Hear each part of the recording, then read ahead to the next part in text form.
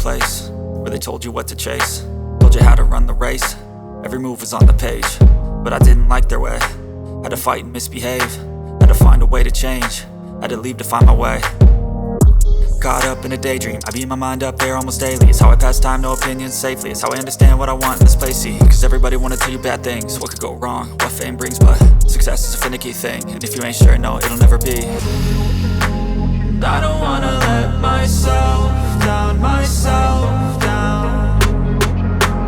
I don't wanna let myself down, myself down.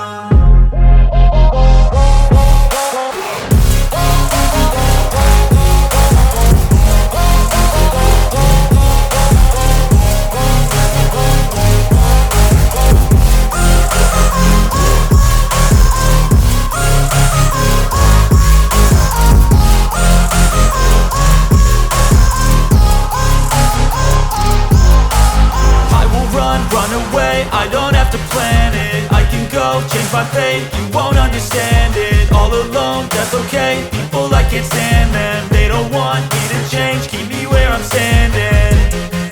And I don't wanna be where I am, and I want something more, take a chance. It could be possibly my last dance, my last